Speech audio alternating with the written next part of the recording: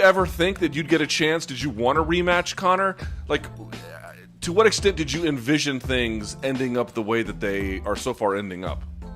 You know, it was always a fight that I was kind of not so much pushing off, but it wasn't in my crosshairs because I was still chasing the world title. And just the situation of the lightweight division, it makes sense now. You know, I was always trying to fight the guy who was ranked ahead of me or whoever had the belt. But now, you know, having fought Khabib already and having fought the guy who's ranked above me, Justin Gaethje, what else is there ahead of me really right now at this moment? In a division that's top heavy, Conor saying he wants to come back around and he wants to get back to the title. I'm the only guy in the top 5 coming off of a win, I believe. So it just made sense. It's kind of I guess circumstance of the lightweight division. So when they came to you with I guess you guys had. I mean, how did it work? Because we saw you two sort of positively interact on Twitter. Did that spark something with UFC, or were there talks predating that? No, that sparked it, man. It was me and Conor talking on Twitter. I was waiting around, training back home in Louisiana, kind of waiting to hear what's next. I had just come off the win over Dan Hooker, and we were waiting on the title fight to see how Justin did against Khabib. And I didn't know what was going to be next, honestly. How do you, in your mind, view the significance of this fight? Because on the one hand, if you put too much into it, it becomes something more than it's supposed to be. On the other hand, it's not an ordinary fight. Even because we'll get to the belt in just a second. There may be a belt on the line by the point the fight comes around. We'll see. So there's so much on this. How do you sort of thread the needle between too much and too little? That's exactly the mindset I've kind of kept going into this camp. It is a huge fight, a big opportunity, you know, one of the biggest names in combat sports. A win over him at any point of your career is huge, but at the same time, it's just another fight. You know, I've made this walk so many times. I've prepared for the best guys in the world over and over again. I think this is my 6th or 7th 5-round fight in a row, and just kind of taking that into camp with me and just staying positive. And doing what I do, just work hard, try to get better, focus on me, and not focus on the noise that's coming in from outside.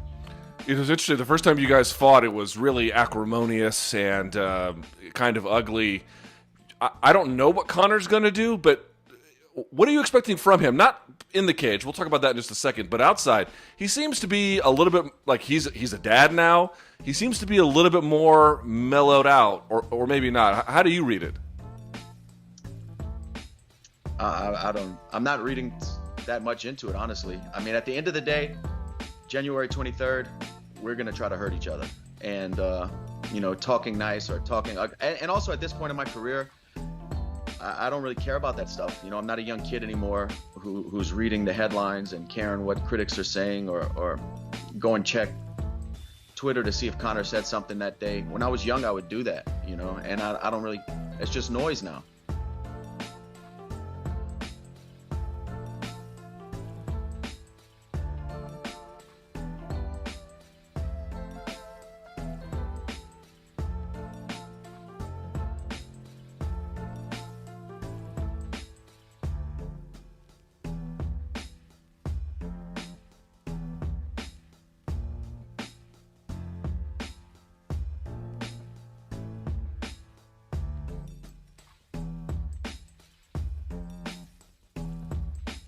Have you heard from DC? How's he? I mean, he seems to be killing it, doing the analyst stuff, the podcast stuff. Have you heard from him? Any updates on or is he just busy going from show to show? And it seems like he's working a lot doing that stuff. Nah, last I heard from him is he texted me saying I was crazy for taking the vaccine shot over here in Dubai. Oh, I wanted to ask you about that too.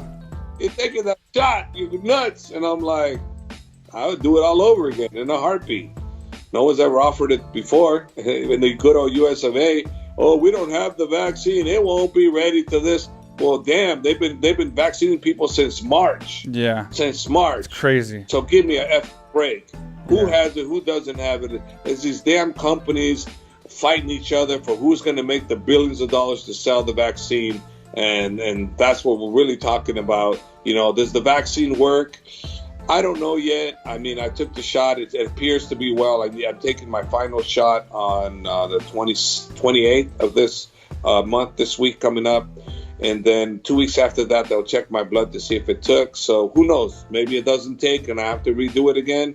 But guess what? I'll redo it again, you know. But I took the shot, and millions of people have taken the shot from what I've been told. But over here, it's available. I don't know if it's available to everybody now, but I'm pretty sure it probably is because they've done the test run. But I've heard they've been shooting people since March of this year, and that's when they shut us down in March. So vaccine's been out there. It's just that certain countries weren't privy to getting it. That's all. It's crazy. Yeah, and I was telling people about the agenda that this thing is probably based on, and now I found out from you, and I found out from other friends that have gotten the vaccine, and one of them is in Dubai, who's traveling around right now, and I'm like, wow, like, because that's not the first country. This is what I got. Yeah. Yes. You read that? That's it right there. And that's not the first country either. It's out there, and it's been out there, like you said, since March. Right here. It's crazy. Yeah. And then you get tracked. They have you sign in a phone application. So you sign in. I haven't done it yet. I haven't done my second one. When I do my second one, then I'll log in, and it's a tracking. They're going to be able to track you.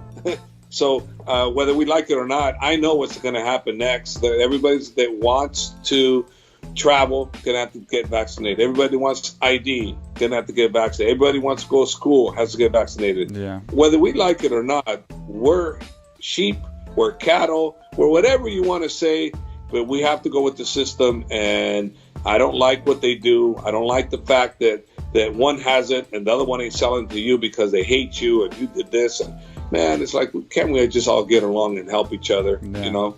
And it is what it is, you know. We got something that I thought was man-made, and I could be wrong, but I think was man-made, and you know, they unleashed it, you know, and now we're all paying the price for it. But Yeah. I think that you know, I would take the shot all over again. If the king of Abu Dhabi took it first, and it shows on Instagram him doing it, then we were asked, you know, a month after the fact that he did it already. If it's good enough for the kings, it's good enough for me.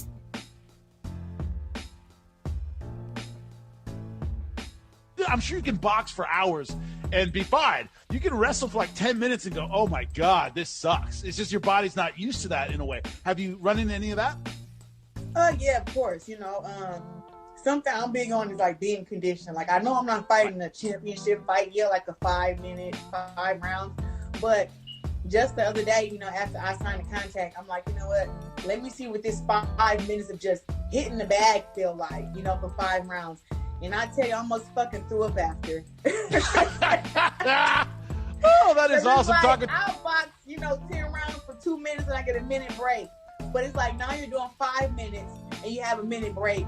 And it adds on like, that's like 2 rounds plus a break. And it was just like, wow. But my body was like, I did it well and I'm in good condition, but it's like it's a whole different kind of conditioning, you know what I mean? And even today, like doing the wrestling, like I feel my back, you know what I mean? Like having to, you know, keep him from grabbing me and having to get down there and do what the heck is the thing called? Like when you go for the takedown. Single leg, double leg, high crotch, any of those? We did single leg today. Oh, cool. And the double leg. And all this will be on my Clarissa Shields YouTube channel. Like, I'm going to show you guys the behind the scenes because I know I may look like not that good now, but I'm really excited about how I'm going to look my pro debut in MMA because I'm really, really going to train my hardest. And I'm like big on learning. I just got off the phone with Jackson Wink.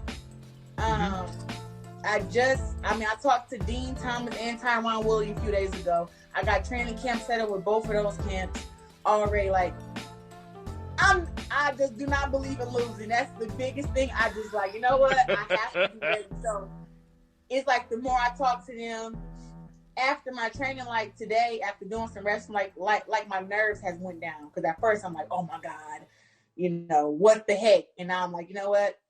After doing it, it's okay. It ain't that bad. It's all right.